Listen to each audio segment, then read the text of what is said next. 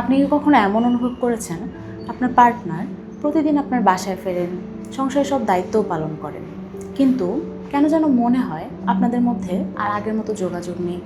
হয়তো একই ঘরে থাকছেন, কিন্তু কথা খুব কম হয়। আপনি কিছু বলতে চাইছেন, কিন্তু তিনি মোবাইলে ব্যস্ত। আপনার মন খারাপের কথা বললে বলেন, এত চিন্তা করো কেন, বা এসব নিয়ে এত নাটক করার কি আছে? তখন হয়তো আপনার মনে হয় সে তো আমার সঙ্গে আছে, তবু আমি এত একা কেন? আজকের ভিডিওতে আমরা কথা বলবো ইমোশনাল নেগলেক্ট বা আবেগিক অবহেলা নিয়ে।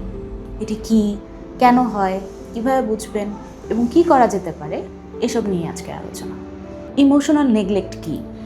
আমরা যখন অবহেলার কথা শুনি তখন অনেকেই ভাবি পার্টনার হয়তো অর্থনৈতিক দায়িত্ব পালন করছেন না অথবা সংসারের দায়িত্ব নিচ্ছেন না, কিন্তু ইমোশনাল নেগলেক্ট সম্পূর্ণ ভিন্ন বিষয়। এখানে মানুষটি হয়তো সংসারের সব দায়িত্বই পালন করছেন, কিন্তু আবেগগতভাবে উপস্থিত নেই। অনেকেই ভাবেন সংসারের দায়িত্ব ঠিকমতো পালন করলেই সম্পর্ক ভালো থাকবে, কিন্তু বাস্তবে একজন মানুষকে শুধু পাশে থাকলেই হয় না, তার মনেও জায়গা করে নিতে হয়। বিহেভিয়ারাল ম্যারিটাল থেরাপিতেও সম্পর্কের সন্তুষ্টির অন্যতম ভিত্তি হিসেবে পজিটিভ কমিউনিকেশন এবং মিউচুয়াল রেসপন্সিভনেসের কথা বলা হয়েছে। ইমোশনাল নেগলেক্ট দেখতে কেমন? ইমোশনাল নেগলেক্ট সবসময় খুব বড় কিছু নয়, বরং ছোট ছোট বিষয়ের মধ্যে এটি দেখা যায়। যেমন আপনি কথা বলতে চাইছেন, কিন্তু তিনি শুধু উত্তর দিচ্ছেন, সত্যিকারে শুনছেন না। শোনা আর উত্তর দেওয়া এক বিষয় নয়। আপনি মন খারাপের কথা বললেন, উত্তর পেলেন, এসব ভেবে লাভ কি? সমস্যার সমাধান করার আগে অনুভূতিকে স্বীকৃতি দেওয়াটাও গুরুত্বপূর্ণ।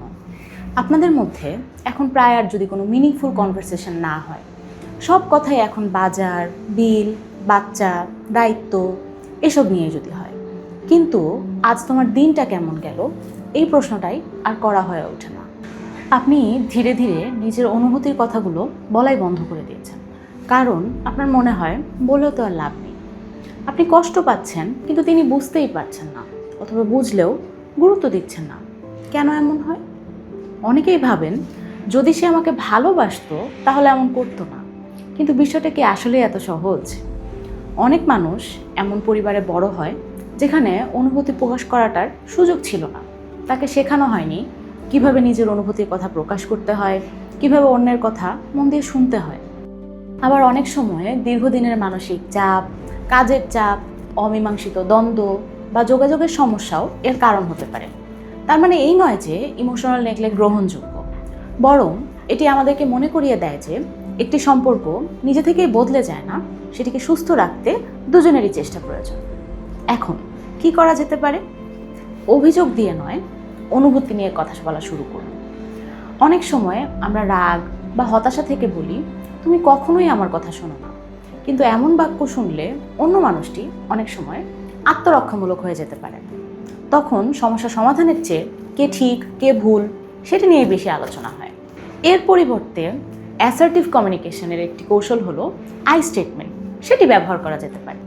যেমন আপনি বলতে পারেন, আমি যখন কথা বলি আর তুমি অন্যদিকে মনোযোগ দাও, তখন আমার কষ্ট লাগে। আমি চাই আমার কথা বলার সময় তুমি কয়েক মিনিট মন দিয়ে আমার কথা শোনো। এভাবে আমরা আচরণটি উল্লেখ করি, নিজের অনুভূতি প্রকাশ করি এবং কি চাই তা স্পষ্টভাবে বলি। আবার সঙ্গী যখন ইতিবাচক কোনো আচরণ করেন, সেটিও প্রকাশ করা গুরুত্বপূর্ণ। একে পজিটিভ এক্সপ্রেশন অফ ফিলিংস বা পজিটিভ রিইনফোর্সমেন্ট বলা হয়। যেমন তুমি যখন মন দিয়ে আমার কথা শোনো, তখন আমার খুব ভালো লাগে। সঠিক সময় বেছে নিন। ঝগড়ার মাঝখানে গুরুত্বপূর্ণ আলোচনার সাধারণত কোনো সমাধান বের করা যায় না। প্রতিদিন অন্তত 15 থেকে 20 মিনিট মোবাইল ছাড়া, টিভি ছাড়া একজন আরেকজনের সাথে কথা বলুন। এতে আপনাদের মধ্যে যোগাযোগ বাড়বে, বোঝাপড়াটা শক্ত হবে। শুধু নিজের কথা নয়, সঙ্গীর কথাও মন দিয়ে শুনুন। অ্যাক্টিভ লিসেনিং সম্পর্কে অন্যতম গুরুত্বপূর্ণ দক্ষতা। ছোট ছোট কিছু আচরণ, যেমন হতে পারে সেটা ধন্যবাদ বলা, প্রশংসা করা, খোঁজ নেওয়া সঙ্গীর, বা হাসি মুখে কথা বলা, এরকম আচরণ ছোট মনে হলেও সম্পর্কের নিরাপত্তা তৈরি করতে সাহায্য করে।